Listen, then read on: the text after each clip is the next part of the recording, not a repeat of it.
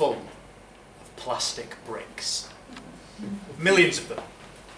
Shelves and drawers stretching to infinity. A rainbow library of possibility. Every element is there.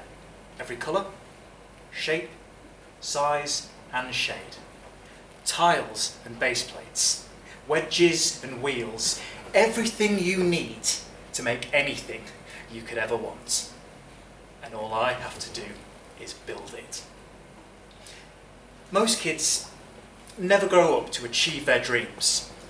Aspiring astronauts end up account managers. Dinosaur hunters become driving instructors. Would-be YouTube superstars churn out unboxing videos sponsored by Poundland. But I'm lucky.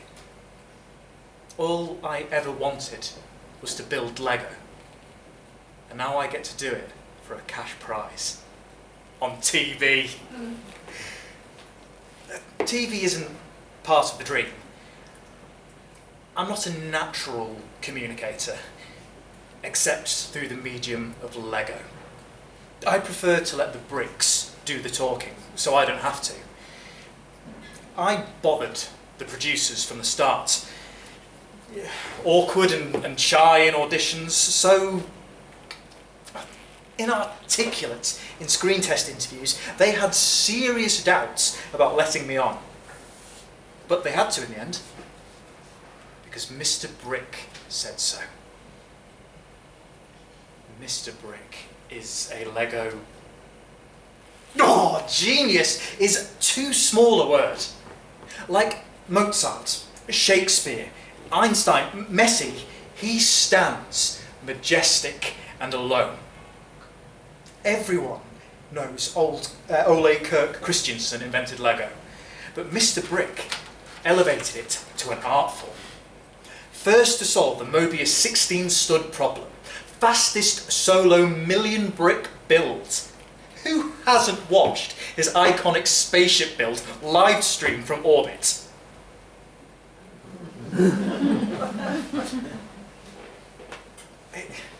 He's an ordinary looking middle-aged man. Brown hair, brown eyes, stocky build, checkered shirt, unassuming. When interviewers ask how he creates his incredible builds, he just shrugs and says in that soft, straightforward voice, brick by brick. If he were a minifigure, he wouldn't be the hero of your scene. Perhaps a background character, a smiling barrel-shaped face in the crowd. But as with his giant-sized, anatomically correct model of the human body, it's what's on the inside that counts. A fire, pure as the heart of a star, blazing with a passion for Lego. Chess has its grandmasters. The Olympics, their gold medalists. But there is only one Mr. Brick, and he will judge us all. Episode 1 was Imaginary Creatures. 10 hopefuls in a vast, drafty studio, cold enough to pack meat in, fingers numbing as we laboured to complete a plastic menagerie of sphinxes, yetis, fairies and trolls. A great build, the producers informed us, was about storytelling, aesthetics and technical ability. Just like reality TV, I thought, as I started work on my classic dragon. Without a compelling backstory or visual appeal, I'd have to stake everything on my skill. Fine by me. The first challenge always sorts the herd, especially in serious Lego. People lie, bricks don't, and Lego gives you nowhere to hide. Unlike in other spheres of human interaction, you can't talk yourself out of a clumsy build, snatch victory from mediocrity. Speed building, the Technic dragon skeleton and flapping wings attracted admiring stares. Or possibly death glares. I was both unsure and indifferent. And surreptitiously, I watched the others work. As pre-show research, I'd diligently streamed several reality series, both skill-based and personality-centred, and could thus identify my fellow contestants' broad types. The milfy mumfluencer in a low-cut top, there for personal branding. The consciously wacky reality reject, doing it for future D-list presenting career.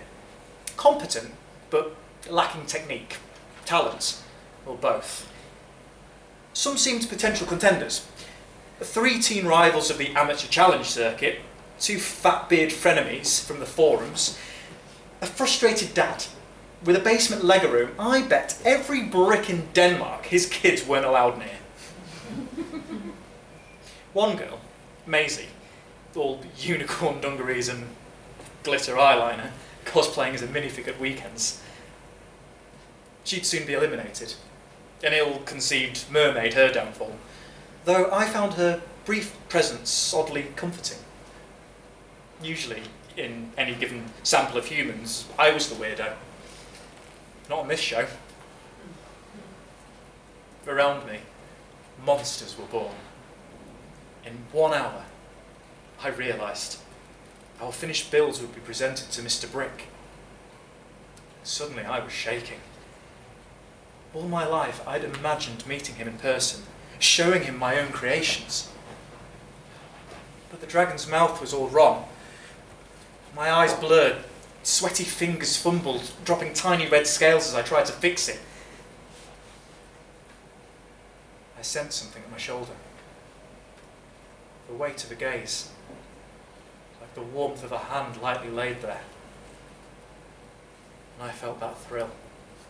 Shuddering tingle that signals the presence of greatness. Mr. Brick had entered the build room. Unscheduled, unannounced, like a monarch walking incognito among his subjects, like a god descended from Olympus. And he was watching me build. He examined my dragon for long minutes, circling it slowly to get all the angles, bending, peering with those piercing brown eyes. I concentrated furiously on the fiddly jaw, praying he wouldn't look at me. I couldn't imagine meeting his gaze, like staring into the sun. He said nothing, but as he turned away, he gave a small nod. My chest lit up like the Lego store window. I won. Of course I did. The next building challenges were, frankly, child's play. A medieval fortress. I'd been constructing castles since I could hold a brick. A fantasy landscape? Elementary, especially given my dragon expertise. A pirate ship. I went steampunk. Mechanised both cannons and sails and cruised to glory.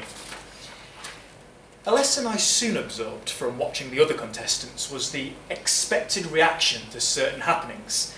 A mid-episode twist, a shock breakage, a sudden death elimination. Reality shows thrive on drama. Suspense, surprise, fights if possible, tension and tears if not. That was what I built to escape. Still, I learned to make the sad sympathy face when someone knocked their almost complete model off the table. The panic face with 10 minutes to go. And the happy face when I won.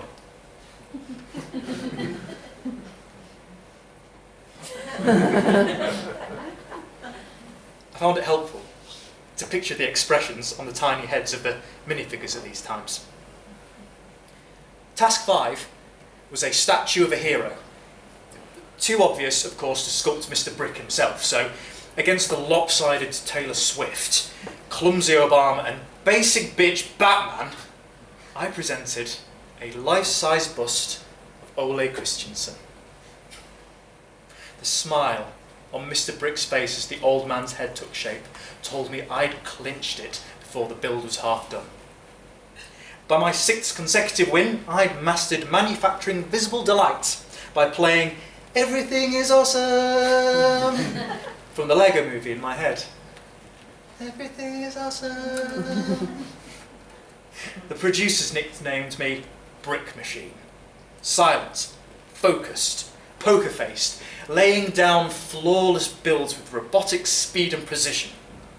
While the others had all arrived at the contestants' hotel with suitcases of tech, toiletries and TV outfits, mine had been filled to the brim with Lego. I lacked human interest, but I was objectively the best. Unstoppable. By the final, 3 remained. Predictably, a team, a fat beard, and me. Mr. Brick beamed like he had a wonderful secret as he revealed our last challenge. This time, he said, we're going to test you to destruction. The producers grinned. I knew they itched to see me break. My builds were self-evidently superior, yet the mood had soured against me. That was TV, I suppose. That was reality. This time, he continued, we're going to break your creation. What? The fatbeard looked confused. The team looked excited. I felt my chest collapse. My fingers numbed. My brain went blank as an empty base plate. White noise fuzzed in my head. No! No! I build! I don't break! You'll make 2 models. The second one inside the first. So when it breaks, it reveals a secret. Anything you like. Surprise us. Delight us. Shock us. But show us what's inside.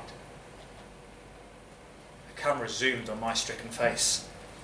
I knew what the producers were thinking, because I was thinking it too.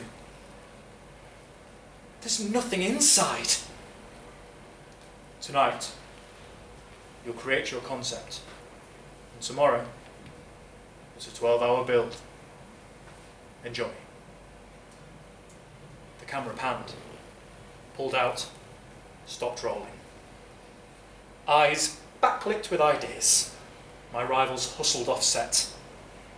I stood, stiff as a minifig. Mr. Brick walked over to me. We'd never spoken off camera. I couldn't meet his eyes. I was going to fail him, and he knew it too. A hand on my shoulder. Warm. Light. Listen, he said. I know you're the quiet type. You like to let the bricks do the talking, but this time, you've got to listen to them. Lego is about communication, connection. Build what's in your heart. What are the bricks saying to you? What do they want to be? I tried not to think about how that hand had laid the millionth brick on his masterpiece. The iconic shot where it snatched an astronaut's minifig spinning in freefall on the International Space Station. Earth glowing distant behind. How those stubby, stud-hardened fingers had sketched the elegant solution to the Mobius problem. You got this. That night I don't sleep. I try to leave a Mr. Brick out of my thoughts, but he's stuck fast as a tile on a plate, pressed too tight to wedge a fingernail in, never mind a brick separator. Eventually I give up. I sit in my bare hotel bedroom, watched silently by dozens of my practice builds, streaming videos of Mr. Brick's legendary builds. The million bricks, the ISS, the human anatomy, his life-sized mosaic of the Sistine Chapel ceiling, the Tree of Life, the mutant angel, the 9 circles of Dante's Inferno, with over 1,000 minifigs. I study all his subtle technical tricks, analysing how he executes them. I consume every build, hoping to absorb its essence, their magic, striving to understand how deeply he understands the bricks, sees the world through them, like gazing through a transparent ABS 2x1 and seeing the possibilities on the other side. You can feel it when he enters the construction room. The electric crackle of excitement as he pauses at a table. The laser-bright focus of his gaze as it sweeps across a build, probing, appreciating, interrogating, perceiving not only what it is, but what it could be, what it wants to become. Build what's in your heart, he said. I feel I've been sorting through a mountain of Lego my whole life, breaking every brick, stud, plate and tile, the rattle and clatter in my brain relentless as I search for that one piece I need. Building was how I blocked the world out, locked it away. Elements summoning themselves from the brick room of my imagination, lining up, rotating, pressing themselves together into the thing that they were always meant to be. I was happy, alone in the builds, there in my safe, blank space. But now Mr. Brick's in there with me, and I don't know if I like it. The clock starts on the final challenge. It takes me 10 of the 12 hours to construct a 2-foot, anatomically correct, mechanically beating heart, a homage to Mr. Brick's own human body masterpiece. But I still have no idea what to put inside.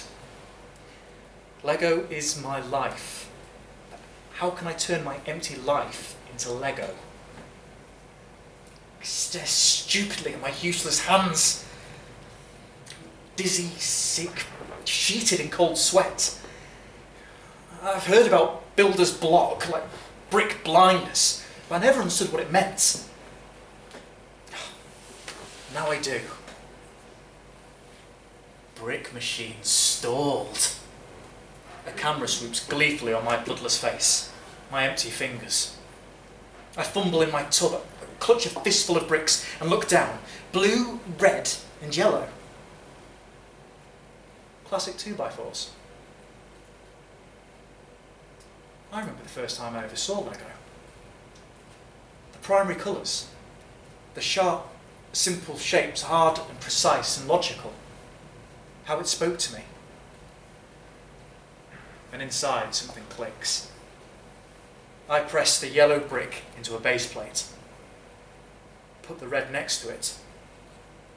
Add the blue on top. How do you create your incredible builds?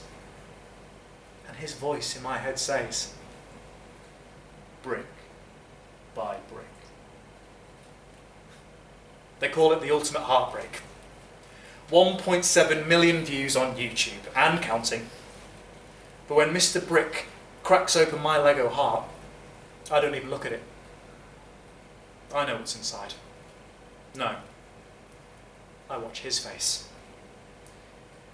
Inside is a house like a child might make, built entirely, explicitly, of Lego, with blocky walls of different coloured bricks and a bright red roof which lifts off to reveal a 3-inch model of my kid self, building an identical Lego house. Inside that house is a minifigure of me, building a still smaller house made of red and blue and yellow Lego, in which a micro figure is just visible, building a tiny heart. Mr. Brick looks at me. I don't know if I've won. I don't care. Because at last, I can meet his eyes.